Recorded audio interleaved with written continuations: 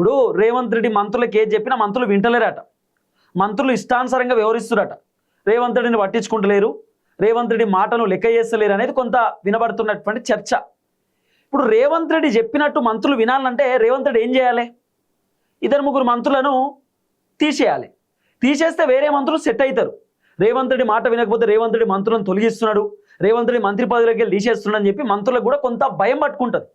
ఆ భయంతో రేవంత్ రెడ్డి లైన్లో ఉంటారు. రేవంత్ రెడ్డి ఎట్లా చెప్తే అట్లా మంత్రులు వింటారు. కానీ ఇప్పుడున్నటువంటి పరిస్థితులలో మాత్రం ఏ మంత్రి కూడా రేవంత్ రెడ్డిని పెద్దగా పట్టించుకుంటలేరు, లైట్ తీసుకుంటా ఉన్నారు అనేది కొంత వినబడుతున్నటువంటి అంశం. రేవంత్ రెడ్డి ఢిల్లీకి పోయినటువంటి 2-3 సార్లు కేసీ వేణుగోపాల్ తోటి, మల్లికార్జున ఖర్గే తోటి, ఏఐసిసి లీడర్లతోటి ఇద్దరు ముగ్గురు మంత్రుల పైన కంప్లైంట్ ఇచ్చిండు అనేది కొంత వినబడుతున్నటువంటి చర్చ. అయితే రేవంత్ రెడ్డి రకరకాల ప్రయత్నాలు కూడా చేసిండు. స్టార్టింగ్లోనే కొన్ని వార్తలు సోషల్ మీడియాలో చక్కర్లు కొట్టినాయి, మీరు విన్నారు కదా. బట్టి విక్రమార్క దందాలు చేస్తున్నాని, బట్టి విక్రమార్క మైనింగ్కి సంబంధించినటువంటి విషయంలో అవకతవకలకు పాల్పడుతున్నాడని, నైని బొగ్గు సంబంధించినటువంటి వ్యవహారంలో బట్టి విక్రమార్క ఇష్టం ఉన్నట్లు కాంట్రాక్ట్లు ఇచ్చిండని, టెండర్లు వేసిన వాళ్ళకు కూడా బట్టి విక్రమార్క ఛాన్స్ ఇవ్వలేదని చెప్పి, బట్టి కాంట్రాక్ట్లకు బిల్లులు ఇవ్వాలంటే 10% కమిషన్ తీసుకుంటుండు, 5% కమిషన్ తీసుకుంటుండని చెప్పి రకరకాల ఆరోపణలు బట్టి విక్రమార్క పైన వచ్చినాయి.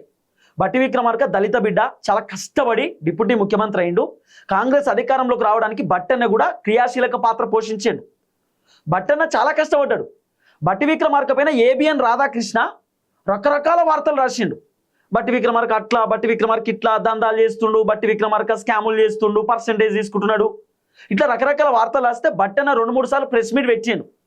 ఏబిఎన్ రాధాకృష్ణకు నేను నచ్చట్లేదు, నేను వైఎస్ రాజశేఖర రెడ్డి లెక్క ఉంటా కాబట్టి, ఇప్పుడు బట్టన్న వైఎస్ రాజశేఖర రెడ్డి లెక్కనే సంబంధించి పంచ కానివ్వండి, లేకపోతే ఆ షర్ట్ కానివ్వండి, సేమ్ యాస్టీస్ ఉంటాడు కాబట్టి వైఎస్ రాజశేఖర రెడ్డి లెక్క ఉంటాడు కాబట్టే ఏబిఎన్ రాధాకృష్ణకు నచ్చక నా పైన ఆరోపణలు చేస్తున్నాడు, నా పైన రకరకాల ఎలిగేషన్ చేస్తున్నాడని చెప్పి గతంలో బట్టన్న ప్రెస్ మీట్ పెట్టి ఏబిఎన్ రాధాకృష్ణ గట్టిగానే వేసుకున్నాడు.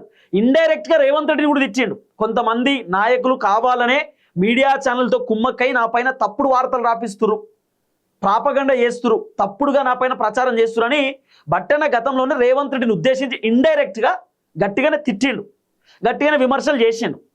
రేవంత్ రెడ్డి ఏబిఎన్ రాధాకృష్ణ తోటి బట్టి విక్రమార్క పైన కూడా ఇట్లా వార్తలు రాపిచ్చిండు అనేది వినబడిన చర్చ. ఇప్పుడు ఉత్తగానే ఏబిఎన్ రాధాకృష్ణ బట్టి విక్రమార్క డిప్యూటీ ముఖ్యమంత్రి ఆయన పైన వార్తలు రాస్తుండంటే ఎన్ని ప్రూఫ్స్ ఉండాలి? గాల్లో మెడలు కట్టలేము కదా, భూమి మీద కట్టాలి. గాల్లో మెడలు కడితే అసలు గాల్లో చెయ్యే ఉండదు, కింద పడుతుంది. మెడలు కడితే మెడలు ఉంటాయా?